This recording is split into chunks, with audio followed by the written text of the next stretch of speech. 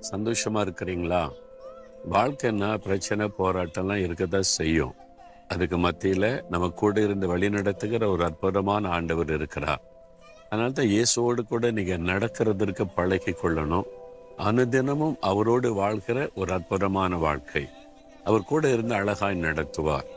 நம்ம எப்பவுமே ஒரு அமைதியான சூழ்நிலையை நம்ம விரும்புவோம். அப்படிதானே? குடும்பமா இருக்கட்டும், வேலை செய்கிற இடமா இருக்கட்டும், பிசினஸ் பண்ணுகிற இடமா இருக்கட்டும், நம்ம வசிக்கிற இடமா இருக்கட்டும், ஒரு அமைதியா இருக்கணும், பீஸ்ஃபுல். அதானே விரும்புவோம்ல. இந்த இடம் ஒரே கச்சாமச்சான்னு இருக்குது. சில ஆபீஸ்ல பாருங்களேன், எப்படி ஒரு இந்த மீன் கடை சந்தை மாதிரி இருக்குது. கச்சாமச்சான்னு பேசிக்கிட்டு சண்டை போட்டுக்கிட்டு கூச்சலா இருக்குன்னா சிலர் கோபம் வரும், எரிச்சல் வரும்.